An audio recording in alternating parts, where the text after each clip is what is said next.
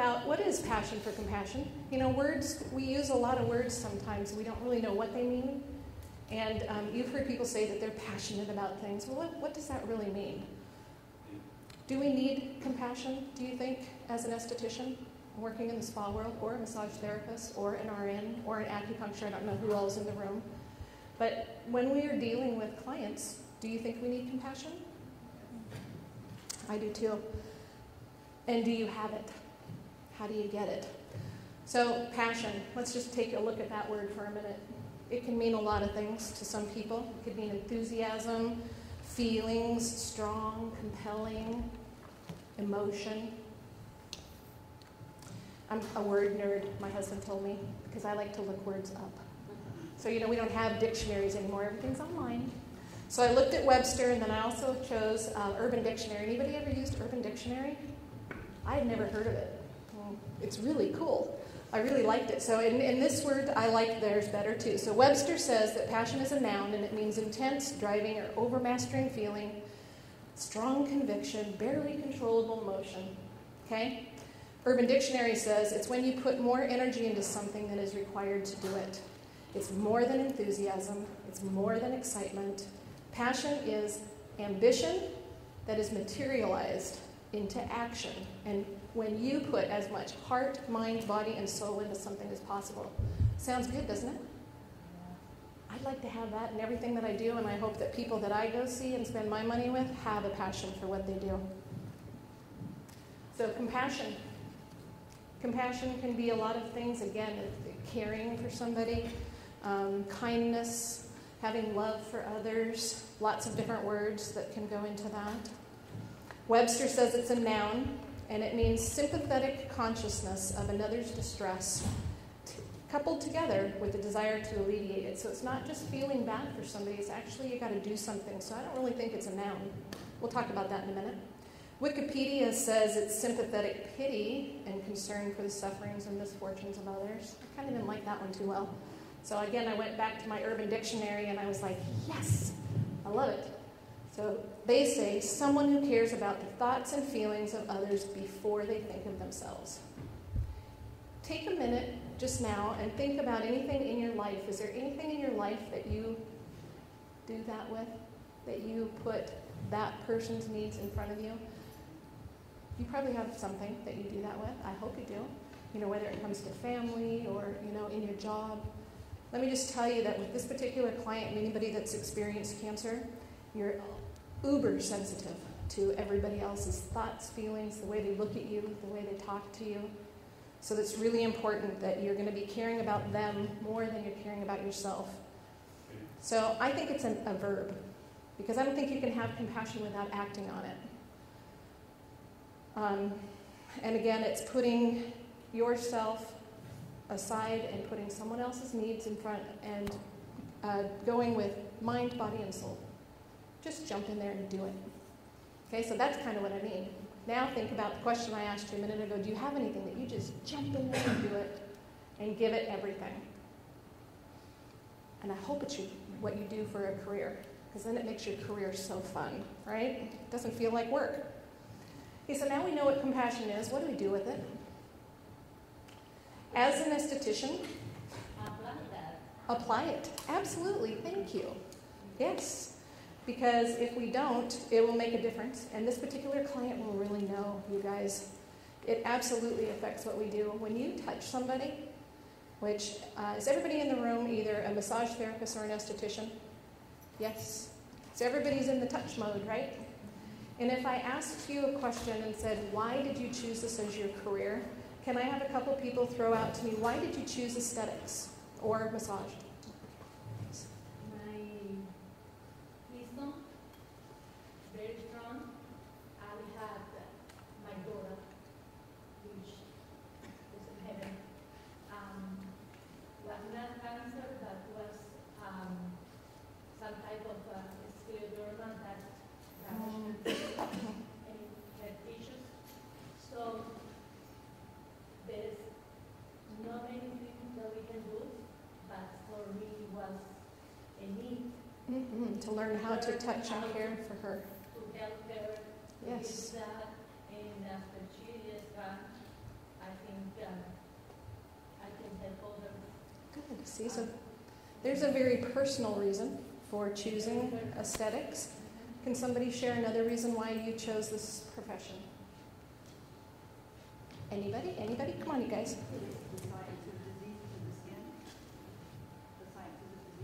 So that was interesting to you, and you wanted to learn more about that.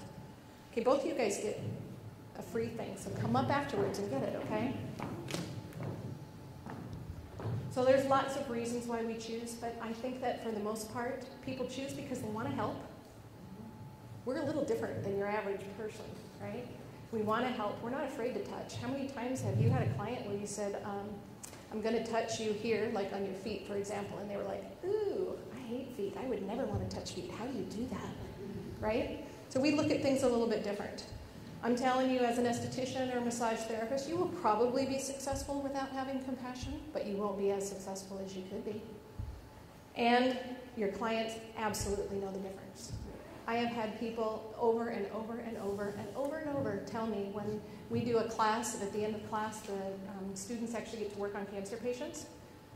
Those cancer patients will tell me, wow, I could really tell that person really cared. Really? How could you tell? I don't know, just the way they touched me. You guys, it's very personal, and they will know. So you've already heard, you think I already know my answer on this. Yes, I believe that we need compassion, especially when you're dealing with the client base that I deal with. And I'm going to say, you might have a regular spa where you have mostly healthy clients, but I bet that if you start asking the right questions, you will find out that a lot of your clients are experiencing cancer or have experienced cancer as well. They just didn't tell you because you didn't ask them.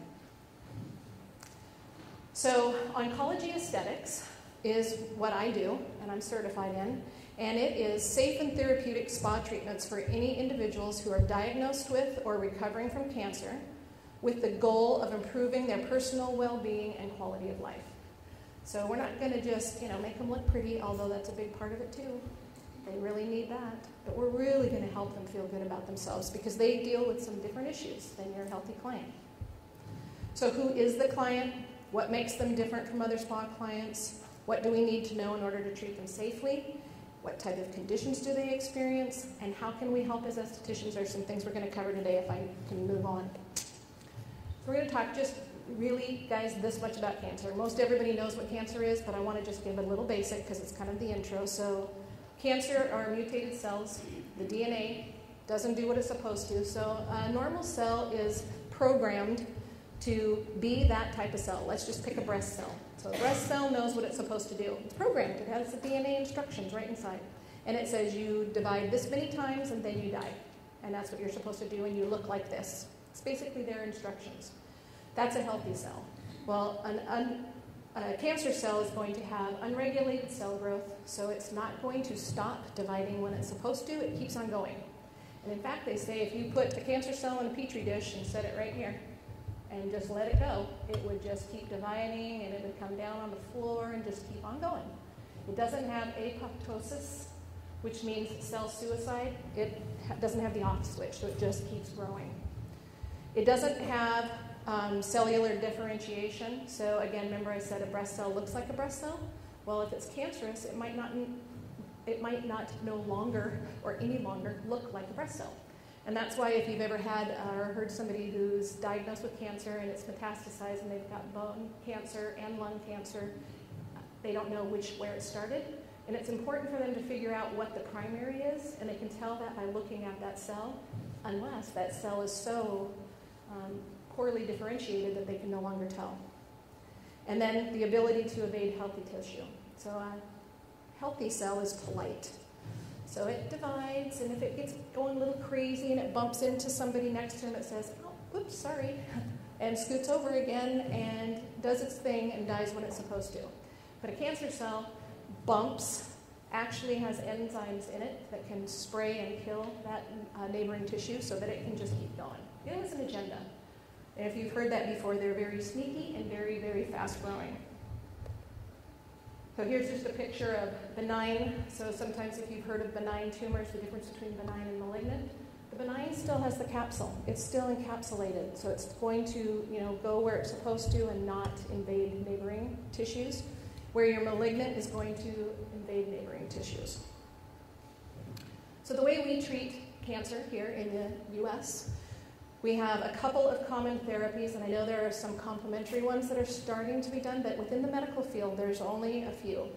So there's your anti-cancer drug therapies, which we all know as chemotherapy, right? It also includes biological therapies and some hormonal therapies, so they're doing some new targeted ones where they get the immune system to kill.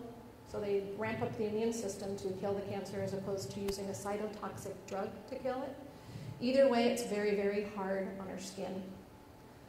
So some of the common side effects are going to be suppressed immune system, skin reactions, hair loss, and nail issues. Anybody been through it? Pretty much all of those, huh? And it's different on a different level for everyone, and it also depends on the type of chemo that you're given. Radiation therapy is another one. So a way to look at it is your anti-cancer drug therapy is systemic, which means it's going to go through the whole body and kill all fast-growing cells because cancer is fast-growing cells, unless it's a targeted one. Where radiation therapy is more like a sniper, so it's going to be very targeted and it's going to go right to the tumor and break up the tumor with UV.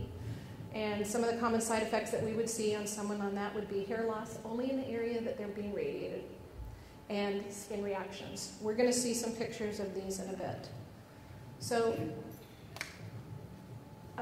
something that a lot of estheticians tell me, they go, oh, that's great, but I don't have any clients that have cancer. Really? I find that really amazing, because if we've got 13.7 million people in the US right now with cancer, that's a lot, you guys. And every year it's about 1.6. And I hate to say it, but every year since I've been doing it, it's about 1.6. It added like 500,000 each year, but we're still under 1.7 million a year being diagnosed with cancer. That's a lot of people. And it's not going away, it's growing, okay? So does this mean that you will probably have a client that has cancer or know somebody that does? Yes, absolutely. The lifetime risk, they say, is 1 in 2 men and 1 in 3 women, or they say 1 in 2.5 people. So if you take a look around the room, some of us already taken it for the team, but there's a good chance that somebody in your circle of friends, family, or clients will be diagnosed with cancer. And I want you guys to be prepared for that. And I want you to be able to handle them with care and take care of them. So why do they need us to be trained? We want to make sure that we are not harming them.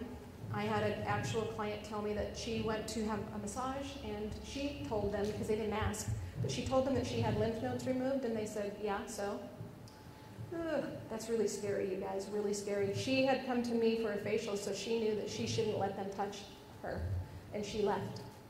So clients are starting to become more aware of those things, but they're scared.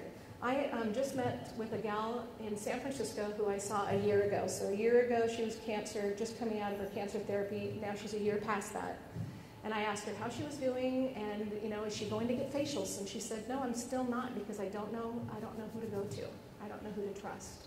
And that was just her on her own, not going somewhere. So if you can get yourself trained in this, I always say it's just another tool in your toolbox. You might not use it every day, all day of the week, but when that client comes in, you'll be ready for them. They're scared. I met Kareem Abdul-Jabbar when I was 17 years old on an airplane, and so I thought this was interesting that I found this quote. But when he was told he had cancer, he was scared. You guys know him? Like this really big, tough basketball player? I'm sorry. Ugh, I hate that. So it doesn't matter who they are. They're going to be scared. It's a scary thing. And they want and need to be treated as normal. They do not want to be looked at as a freak. And they will use that word. I would never, but they do. Okay, so it's really important when they come in and start telling you what they're going through that you understand what they're going through, and you can say, oh, okay, I got that. I know exactly what to do. I'm going to put together a custom treatment for you. And support. They also need someone that knows and understands what they're experiencing when they start talking about stage 4, small or non-small cell lung cancer, and this and that, and talking about this chemo drug and that chemo drug. If your eyes go like this, and you're like, well, what is that? Do you think that they will trust you? But if you say, oh yeah, I know exactly what that is, but tell me how you're experiencing it, and we'll customize a treatment for you. So it's really all about learning some of the basics so that you can take good care of them. And at this time of their life, more than any time ever, they really don't care about wrinkles, you guys. or pimples or aging. They really just care about what's going on in their world and how it's affecting their whole life. So the psychosocial and the emotional is really important as well. So are their needs different from other spa clients? Yes, they are. We need to up our sanitation for this client because remember the suppressed immune system is the #1 side effect of chemo. That client needs to have no germs anywhere. So if they come into you, you're going to be cleaning everything. Comfort, you need to know how to be able to make them comfortable. You need to choose new skincare products probably for this client because when they're going through these therapies, they've got all kinds of attacks happening to their skin. Because remember, skin cells are fast-growing cells, right? So they need things that don't aggravate or are not aggressive at this time. So you might need to have something that's a little bit different just for this client. Little or no scents because scents can trigger nausea, and you don't really want that in your spa. We need to have a different intake form on a different type of assessment. We're going to be asking some different questions. With this client, we need to know what type of cancer. We need to know what type of surgery they've had, if they've had any lymph nodes removed, what type of medications are they on. So a lot of different questions. And then pay attention to body language as well. I met a gal, and you'll see a picture of her, but when I met her, she was in a class, and she sat like this the whole time. And I kept saying, "Are you okay?" And she'd say, "Yeah, I'm fine." So if I only listened to her and I didn't look, would I think she was okay? No, she was really hurting. And I didn't know how bad she was hurting until after the class. So what else do they need from us? They need a little bit of compassion. Okay, so we don't need to rush them through a spa treatment when they come into us. If you think about it, this person, maybe they've been waiting for this treatment with you for 2 months. They've been waiting till they're finally well enough to get there. What if you walk in, you're in a hurry, you're late, you're mad at your husband, right? And now you're just going to give them a crummy, quick, fast treatment. Is that fair? No. They really need to have compassion, understanding. They need us to have education and listening skills, right? So that we can give them a little normalcy in the middle of all their craziness. People who've been through cancer, just FYI, you guys, I mean, sometimes and they even say this, it's their full-time job. They're going to the hospital or to the doctor 5 days a week. That's crazy, right? So being able to stop by your spa on the way home and get some calm, wonderful, think about how you can affect them.